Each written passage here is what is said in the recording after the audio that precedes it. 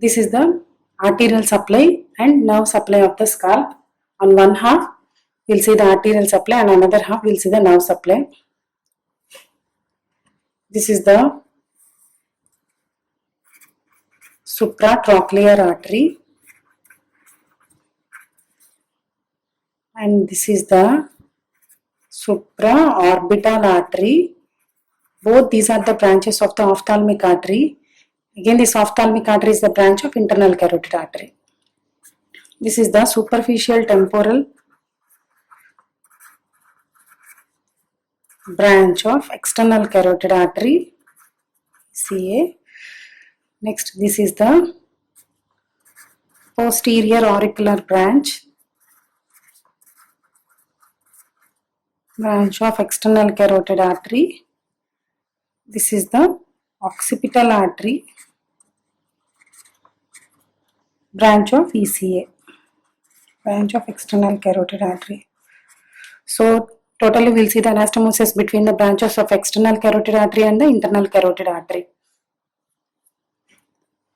The supratrochlear and supraorbital are the internal carotid artery branches, and these are the external carotid artery branches. Now we'll see the nerve supply. Nerve supply of scalp. There will be in front of auricle and behind the auricle. If you see, each half of the scalp is supplied by the 10 nerves. Again, in front of auricle there are 4 sensory, 1 motor. Behind the auricle, 4 sensory, 1 motor. First branch is supratrochlear.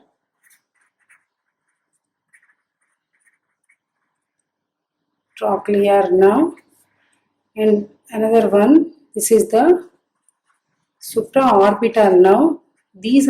Both these nerves are the branches of ophthalmic nerve.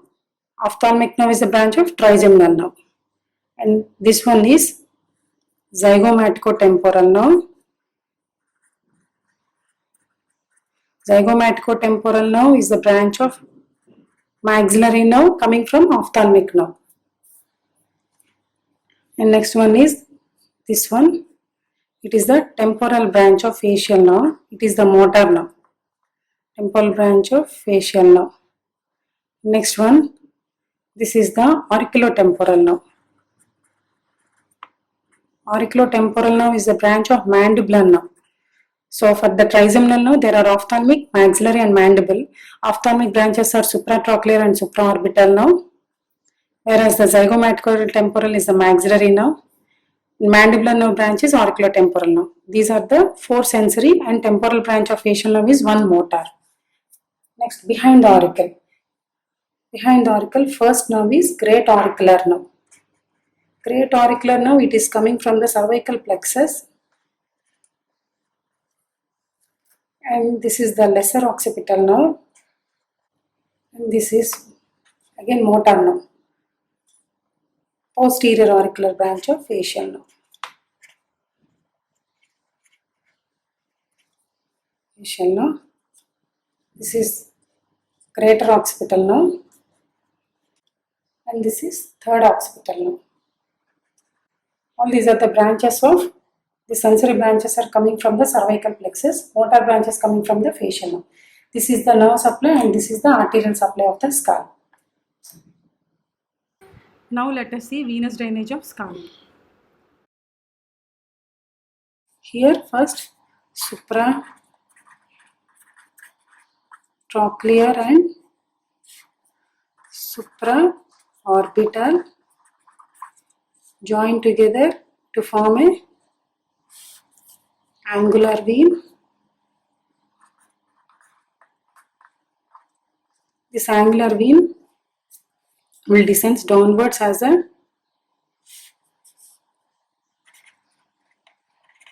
facial vein. This facial vein will joins with the anterior division of retromandibular vein. After joining, we call it as a common facial vein, and then it drains into the internal jugular vein. Here again, this facial vein makes a communication with the cavernous sinus. This is the superior and inferior ophthalmic vein, and these are emissary veins and pterygoid venous plexus. With the deep facial vein, it maintains a communication with the cavernous sinus. Next, the posterior division of, see here, this is the superficial temporal vein, and this is the maxillary vein. This is the retromandibular vein. Its stem part is retromandibular vein. Its anterior division, posterior division. This posterior division joins with the posterior auricular vein to form external jugular vein, will drains into the subclavian vein. This is about the venous drainage of the scalp. In front of auricle, the lymphatic vessels drains into the preauricular group, and behind the auricle drains into the postauricular group of lymph nodes. Let us see the clinical aspects related to the scalp. This is the layer of skin having the abundant sebaceous glands. Here we will see the sebaceous cyst. This is the one of the sebaceous cyst to the presence of sebaceous glands. This is the condition cephalohematoma. This pericranium layer of the scalp, it is closely adhered to the skull bone due to the sutural ligaments. So the collection of fluid beneath this pericranium acquires the shape of the skull. This is the condition black eye.